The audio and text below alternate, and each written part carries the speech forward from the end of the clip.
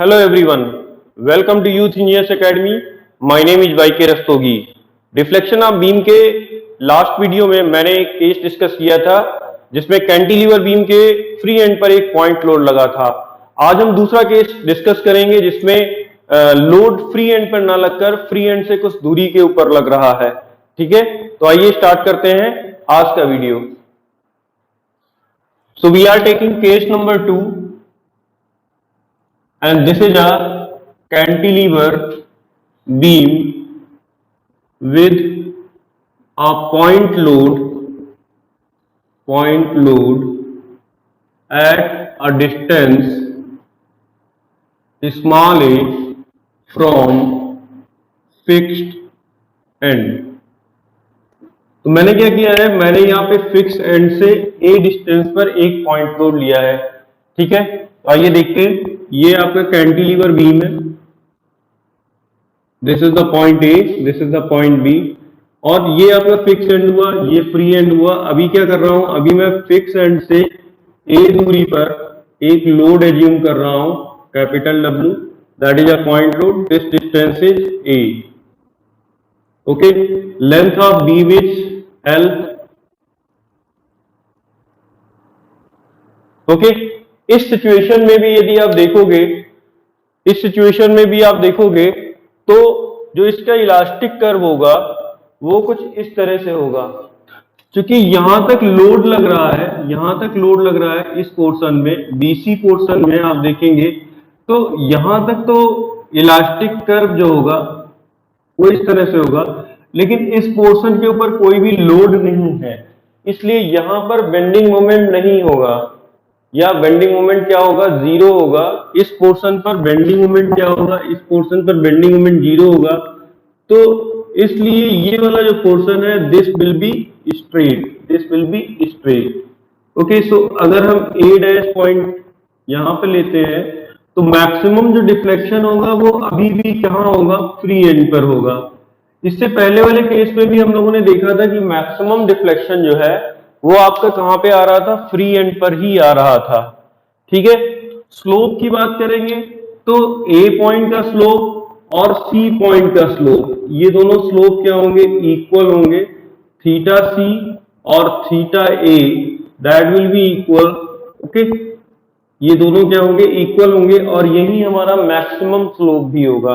This will B maximum slope. ठीक है, तो स्टार्ट करते हैं फिर हम लोग. यहां से एक सेक्शन एज्यूम करेंगे. यहां पे हम लोगों ने एक सेक्शन एज्यूम किया है. This is the section X x, this is the section X x, और इस सेक्शन को फिक्स एंड से x दूरी पर एज्यूम किया गया है. ठीक है, इस सेक्शन पर बेंडिंग मोमेंट कितना होगा वो हम लोग निकालेंगे. So moment at section X X that will be equal to, load है W और इसकी जो डिस्टेंस है सेक्शन से वो है, ये आपका डिस्टेंस a है, this is x, so this distance will be a minus x. So moment will be W a minus x.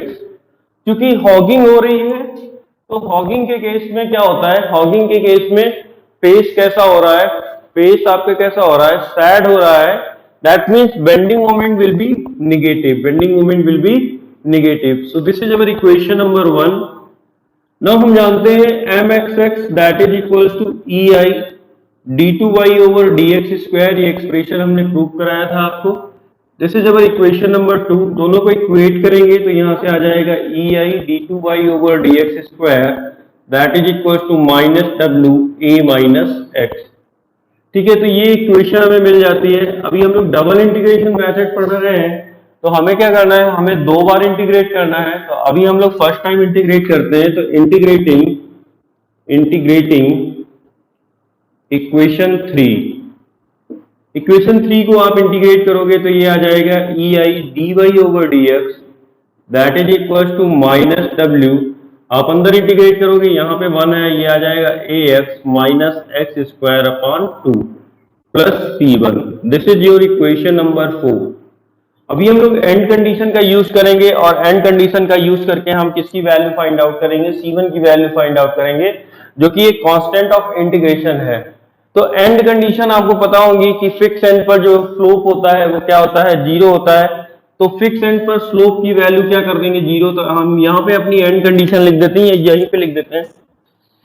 तो फर्स्ट एंड कंडीशन की बात करेंगे, x इज इक्वल टू 0 पर dy ओवर dx क्या हो रहा है, 0 हो रहा है।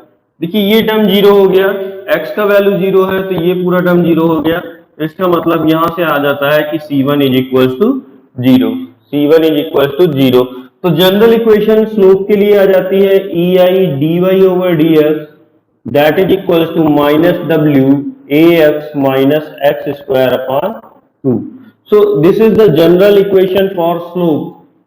This is the general equation for slope. ये slope के लिए जनरल इक्वेशन आ जाती है। आप x की डिफरेंट वैल्यूज पर आप स्लोप फाइंड आउट कर सकते हैं, बट मुझे जो स्लोप चाहिए वो कहां पे चाहिए, मुझे स्लोप चाहिए यहाँ पे C पॉइंट पर स्लोप चाहिए, and that will be the same, that will be the same at point A point पर भी क्या होने वाला है, सेम होने वाला है। तो मैं यहाँ पे W की जो x की जो वैल्यू पुट करने वाला हूं वो पुट करने वाला हूं a, ठीक है। तो at for slope at point C x is equal to a।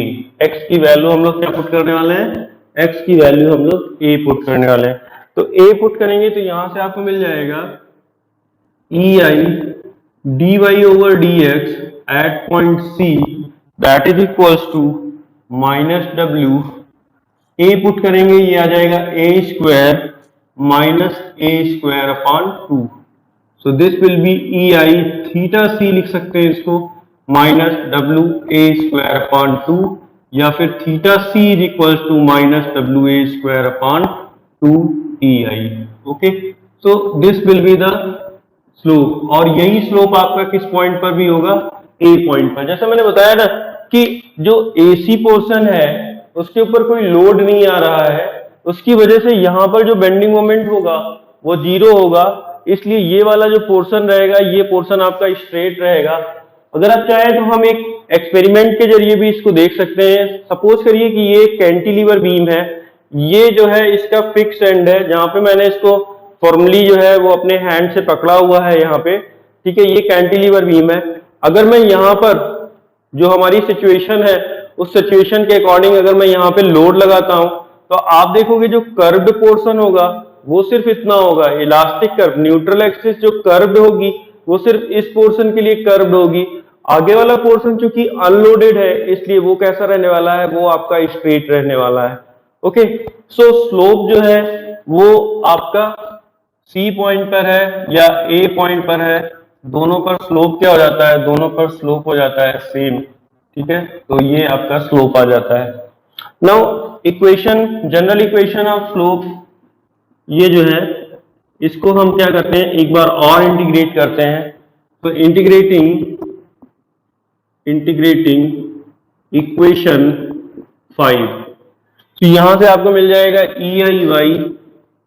ei that is equals to, यहां पे आपका आ जाएगा minus w a X square upon 2 minus X cube upon 6, ठीक है। टर्म देख लीजिए, यहाँ पे एक्स स्क्वायर अपॉन 2 ऑलरेडी है, एक्स स्क्वायर का इंटीग्रेशन होगा एक्स क्यूब अपॉन 3, तो नीचे 3 2 जा 6 आ जाएगा।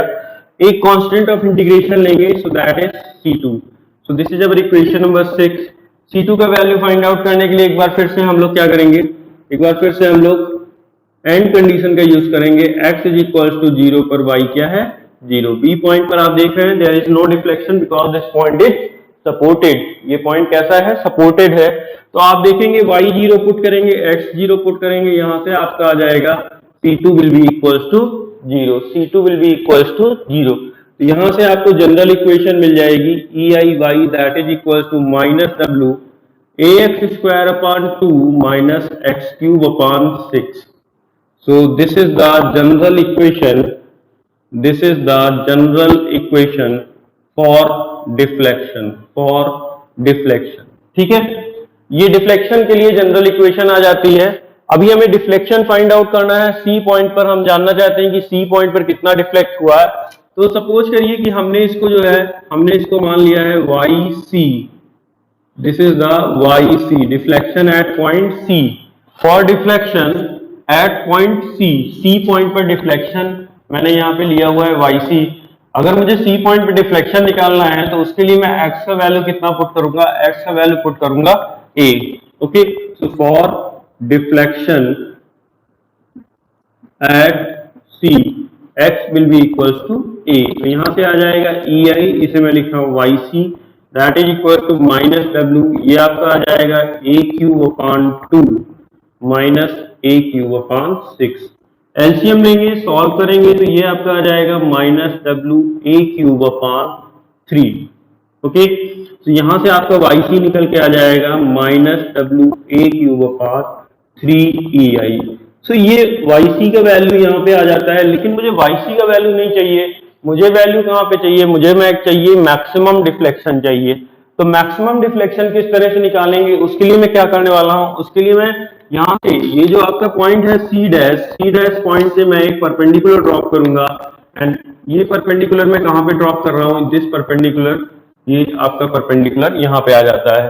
ठीक है, तो ये पॉइंट को मैं कोई नया नाम दे देता हूँ, let's say this is the point D. Okay, अब आप देखोगे ये जो है this is going to be a straight. Okay, तो इसकी लेंथ जो होगी AC की जो लेंथ होगी और A डैश C डैश की जो लेंथ होगी, that length will be equal. तो यहां से आ जाता है this is L minus A, this is L minus A। जो ये एंगल है थीटा सी, सेम एंगल यहां पर होगा because this is the straight line. तो ये एंगल हो जाएगा थीटा सी। तो यहां से हम फाइंड आउट कर सकते हैं A डैश D को फाइंड आउट कर सकते हैं। और AD जो है वो आपका किसके बराबर हो जाएगा, AD आपका YC के बराबर ही हो जाएगा। तो एक बार मैं ये डिस्टेंस फाइंड आउट कर लूंगा A डैश D, तो उसमें मैं ऐड कर दूंगा YC को और मुझे क्या मिल जाएगा, मुझे मैक्सिमम डिफ्लेक्शन मिल जाएगा। तो इसके लिए मुझे क्या करना है, इसके लिए मुझे साइन का यूज करना है। Okay, so sine theta C that is equals to A dash D upon A dash C dash that is L minus A। क्योंकि थीटा सी एक स्मॉल एंगल है, तो साइन को जब भी हम अप्रोक्सीमेट करते हैं तो हम उसी के एंगल से अप्रोक्सीमेट कर सकते हैं। Sine theta C that is approximated as theta C. तो यहां से थीटा सी आ जाएगा A dash D upon L minus A, या फिर A डैश डी को हम लोग लिख सकते हैं L minus A theta C. And theta C जो है वो हम लोग फाइंड आउट कर चुके हैं, यहाँ पे हम लोगों ने फाइंड आउट किया था, दिस इज थीटा सी। ठीक है, तो ये आपका आ जाएगा माइनस डब्ल्यू ए स्क्वायर अपॉन 2EI। ओके, तो A डैश डी का वैल्यू मेरे को मिल गया है। अभी क्या करना है, अभी मुझे वाई मैक्स निकालना है। तो वाई मैक्स निकालने के लिए क्या करूंगा, तो फॉर वाई मैक्स, ठीक, तो वाई मैक्स के लिए मैं यहाँ पे कैलकुलेशन कर देता हूँ। Y max will be equal to A dash D plus AD। सो A डैश डी जो है वो हम लोगों ने फाइंड आउट किया है यहाँ पे।